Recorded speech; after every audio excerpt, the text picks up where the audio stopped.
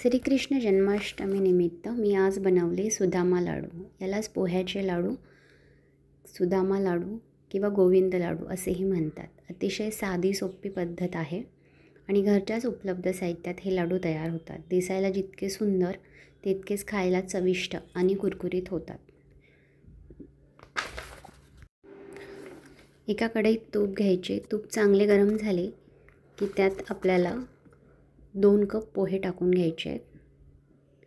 3 ते 4 मिनटातच पोहे छान कुरकुरीत भाजतात. चांगले खमंग आणि कुरकुरीत भाजून घ्यायचे. पोहे भाजायला 3 ते 4 मिनिट लागतात. प्रत्येक साहित्य आपल्याला भाजूनच घ्यायचे, त्यामुळे लाडू महिनाभर टिकायला मदत होते. तुम्ही बघू शकता पोह्यांचा कलर चेंज होतो आहे आणि पोहे असे हाताने तुटत आहेत. आता लगेचच ह्याच कढईमध्ये आपण शेंगदाणे भाजून घ्यायचे.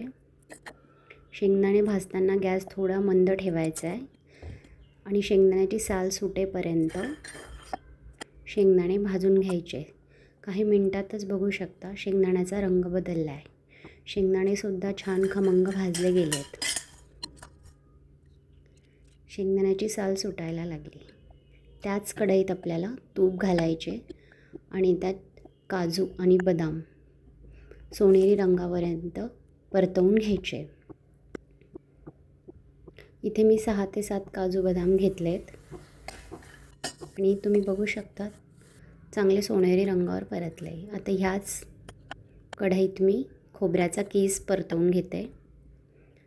खोबऱ्याचा कीस परतवताना गॅस मंद ठेवायचा. 1 ते 2 मिनटात खोबऱ्याचा कीस छान परतवून होतो. आता याच कढईत आपण खारका भाजून घ्यायचे आहेत. मी इथे 5 ते 6 हे सगळे साहित्य गार करायला ठेवायचे आपल्याला. गार झाले की आपल्याला हे मिक्सरच्या भांड्यामध्ये फिरवून घ्यायचे. सगळ्यात आधी आपण पोहे घालणार आहोत. पोहे बारीक करताना थोडे दरदरीतच ठेवायचे, फार जास्त बारीक करायचे नाही आहेत. पोह्यांचं मिश्रण हे असं छान दरदरीत बारीक केलं आहे मी. त्याच मिश्रणात आपण बाकीचे सगळे जिन्नस घालणार आहोत आणि हे मिक्सरला फिरवून घेणार आहोत. फिरवतानाही आपण मिक्सर चालू बंद करून फिरवायचं आहे.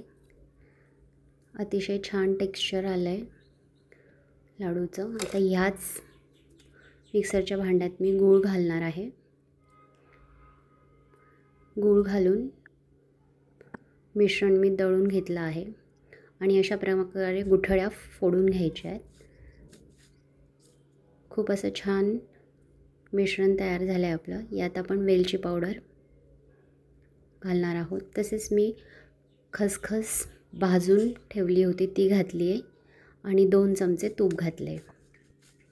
हे सगळं तूप, खसखस आणि वेलची पावडर मिश्रणाला लावून घ्यायची आहे आणि बघायचे आहे की लाडू वळत आहेत की नाही. एका हाताने सहज लाडू वळला जातो आहे. असे करून थोडे थोडे करून आपण सगळे लाडू करून घेणार आहोत. दुसऱ्या हाताने फक्त गोलाकार आकार द्यावा लागतो.